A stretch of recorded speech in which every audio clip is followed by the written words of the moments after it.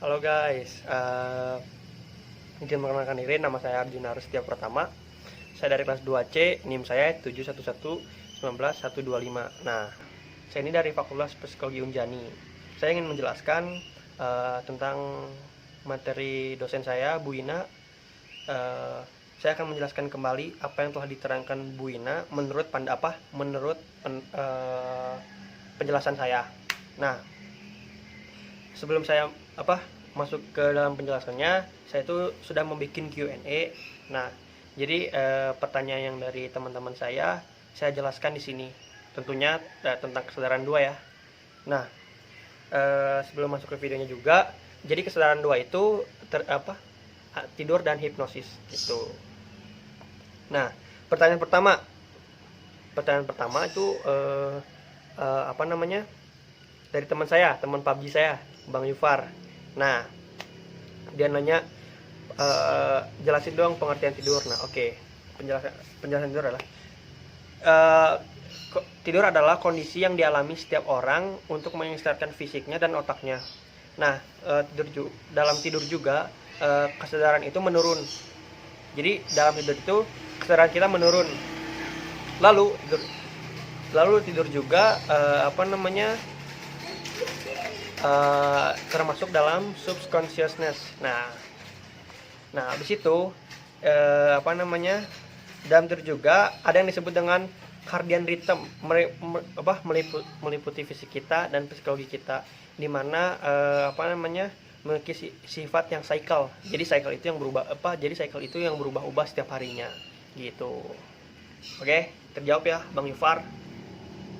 Nah, lalu pertanyaan yang kedua,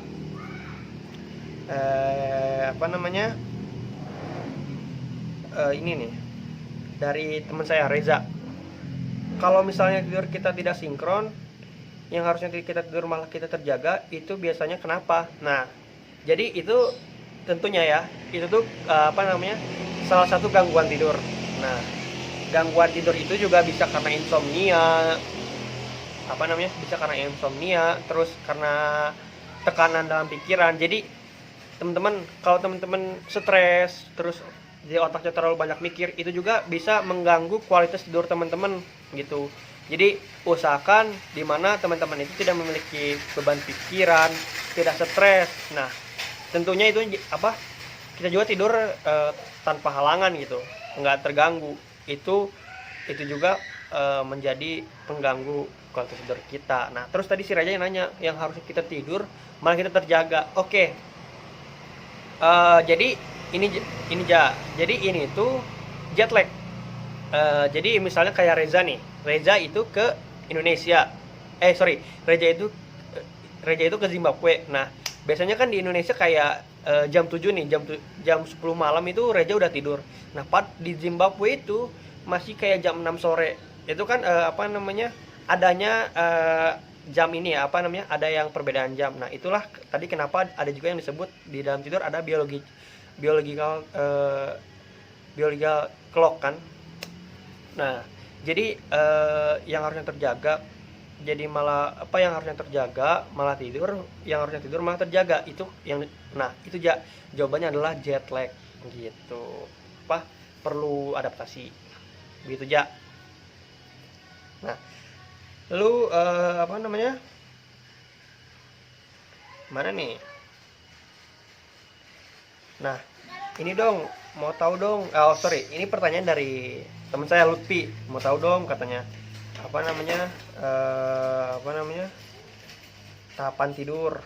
Oke, tahapan tidur. Yang pertama adalah stadium terjaga. Gitu. Jadi stadium terjaga itu ada alfa dan beta. Oke, saya akan menjelaskan dulu tentang gelombang beta.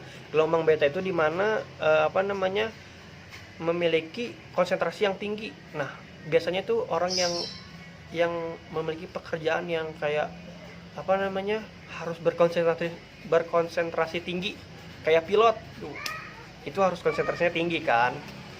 Nah, terus alfa di mana kondisi ini sedang rileks nih, jadi kayak tenang gitu, nggak terlalu tenang. Itu dimana kalau kita itu lagi menjalankan hobi kita, Kalau hobi saya kan kayak mencintai kamu, bukan, maksudnya bermain bola misalnya kayak gitu. Terus kayak ada yang bersepeda, nah itu gelombang alfa.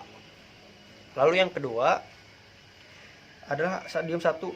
Nah, gelombang theta ini tuh dimana 10 menit setelah tidur. Jadi 10 menit setelah tidur tuh mata kita masih kayak gerak-gerak kayak gini. Gitulah, kayak gitu ya teman-teman contohnya. Jadi terus dalam kondisi ini, dengan kondisi theta ini yang stadium pertama ini, apa namanya, masih bisa nih menerima rangsangan dari luar. Jadi kayak kita tidur terus kayak zet gitu, kayak masih bisa bangun lah gitu. Nah, lalu yang gelombang yang kedua adalah gelombang kedua nih teman-teman. Apa stadium kedua. Nah, stadium kedua itu kayak 20 menit setelah tidur. Kayak teman-teman kayak sudah mulai tidur tapi kayak belum tidur gitu. Jadi masih bisa dibangunkan, lah gitu, tapi tidak mudah gitu. Lalu yang kedua adalah stadium 3 dan 4, gelombang delta. Nah, gelombang delta ini adalah di mana 40 menit setelah kita tidur. Nah, ini tuh kayak udah tidur, kayak di mana kita tuh udah bener-bener tidur gitu. Kayak udah susah dibangunin gitu. Jadi kayak teman-teman apa namanya, tidur di bantal yang enak gitu. Nah, itu tuh udah kayak matanya udah nggak apa, kayak teman-teman kayak udah tidur terus nggak gerak-gerak gitu, bukan mati ya, tapi kayak udah enak gitu, udah PW banget. Nah, itu tuh stadium 3 dan 4 gitu teman-teman. Ada lagi nih, satu lagi nih, kan tadi udah 3 nih. Nah, sekarang yang terakhir nih, itu tuh REM. Apa sih REM? Rapid Eye sorry aduh teman-teman, aku tuh emang bahasa Inggris jago banget gitu, tapi ntar ya. Jadi gini, rapid eye movement gitu, itu tuh yang disebut dengan REM. Nah, REM ini adalah udah terjadi mimpi nih kayak teman-teman. Udah kayak kayaknya udah bener-bener sleep gitu, tidur. Udah kayak ya gitu, tidur. Temen saya ada tuh namanya Samsa. Dia kalau udah tidur langsung kayaknya nggak ada apa namanya, stadium terjaga, stadium 1 dan 2 dan 3 dan 4, itu langsung kayak REM, rapid eye movement. Jadi gitu. Jadi teman-teman udah merasakan mimpi gitu ya. Lutfi itu ya penjelasannya. Lalu dia ada lagi nih yang nanya nih, teman saya Dimas, teman PUBG saya juga. Dia nanya nih, gangguan tidur. Tadi kan udah dijelasin juga nih gangguan tidur, tapi saya jelasin lagi deh. Gangguan tidur itu insomnia teman-teman.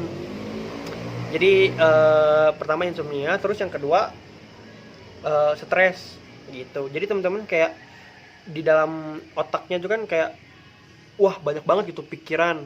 Jadi banyak pikiran, gelisah di hatinya kan juga gelisah ya. Kalau stres kan pasti gelisah ya teman-teman. Terus jet lag yang tadi saya udah jelasin, tadi pertanyaannya Reja, yang apa namanya, perbedaan waktu gitu, itu yang namanya jet lag gitu ya. Itu teman-teman. Habis itu yang kedua sleep apnea. Ini siapa nih di antara teman-teman yang suka sleep apnea? Sleep apnea itu seperti mendengkur ya, bukan seperti mendengkur, emang sudah mendengkur. Jadi kayak gitu teman-teman. Nah gitu ya. Itu tuh berhenti bernapas sejenak saat tidur. Nah itu tuh kenapa sih sleep apnea itu sampai terjadi? Nah jadi sleep apnea bisa terjadi itu karena apa namanya, sangat capek gitu teman-teman ya. Jadi teman-teman jangan capek-capek lah gitu, jangan ya, kalau nggak mau terjadinya sleep apnea. Itu tuh sangat berbahaya loh teman-teman gitu. Oke. Nih apa namanya, terus mimpi nih teman-teman. Ada yang nanya mimpi, Jun, apa yang dimaksud wish fulfillment? Itu tuh pengertiannya Sigmund Freud tentang mimpi. Nah jadi kata Sigmund Freud ini kayak yang tadi ya, pertanyaan apa nih? Pertanyaannya tuh wish fulfillment. Jadi wish fulfillment itu gangguan apa namanya,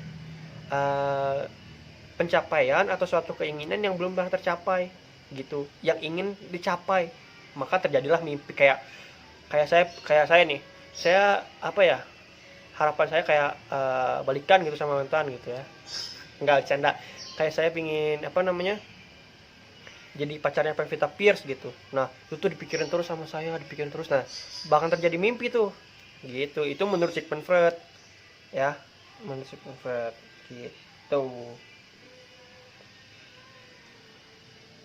Nah Jun katanya gini nih, apa pengertian dari teori kognitif ini? Ada yang nanya lagi tentang mimpi ya. Di dalam mimpi itu teori kognitif itu apa? Oh oke, oke. Penjelasannya ya mungkin maksudnya. Jadi mimpi itu melibatkan proses informasi gitu. Jadi teori kognitif itu di mana melibatkan informasi, memori dan pemecahan masalah gitu tuh. Itu yang dimaksud dengan apa namanya teori kognitif dalam mimpi. Tadi itu pertanyaan dari ini dari Rizky. Itu pertanyaan dari Rizky, kejawab ya. Nah gitu terus ini pertanyaan dari teman saya nih. Wah, Lutfi nanya 2 kali nih teman-teman. Apa yang dimaksud dengan zat-zat psikoaktif? Oke, jadi zat-zat psikoaktif itu hal yang mempengaruhi sistem secara pusat kita, itu yang disebut dengan zat-zat psikoaktif ya. Terjawab ya jadi teman-teman. Jadi zat psikoaktif itu zat yang mempengaruhi apa namanya sistem secara pusat kita gitu. Oke. Terus tipe-tipenya katanya guys. Oh dia masih ada nanya lagi nih, si Lutfi ini nanya katanya. Terus tipe-tipenya apa aja? Sorry, apa namanya, karena terburu-buru teman-teman, terburu-buru apa waktu juga gitu ya. Jadi nggak baca secara lengkap nih. Nah di sini bilang zat-zat psikoaktif yang mempengaruhi sistem ini. Oke. Yang pertama depresan, yaitu menurunkan aktivitas mental, itu biasanya alkohol. Lalu yang kedua adalah ini stimulan, kokain. Nah teman-teman, terus nikotin. Ini tuh yang meningkatkan sistem saraf pusat gitu. Jadi kayak kita nih mahasiswa gitu kan ya, janganlah gitu kayak mengerjakan tugas begadang karena aduh udah ngantuk nih. Aduh guys ngantuk nih guys, aduh bu saya ngantuk bu, tolong dong deadline-nya di apa namanya dimundurin dong gitu, tapi nggak bisa, jadi aduh saya harus begadang nih biar selesai. Nah minum kokain gitu, nikotin, aduh janganlah teman-teman ya. Oke. Yang ini nih tadi kan terus nih hipnosis ya, kita bahas hipnosis ya. Ini ada pertanyaan hipnosis nih kebetulan. Jadi hipnosis, jadi apa sih yang dimaksud dengan hipnosis katanya gitu. Hipnosis adalah bentuk manipulasi yang sering kali dapat mempengaruhi atau mengubah perilaku gitu guys. Jadi terjawab ya, itu pertanyaan dari teman saya, dari Yuda gitu.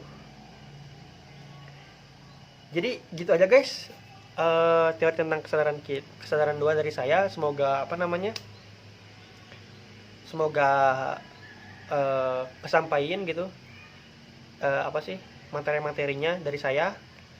Maaf juga kayak apa namanya ngomongnya terlalu cepat karena saya nggak biasa ya ngomong di depan kamera kayak gini.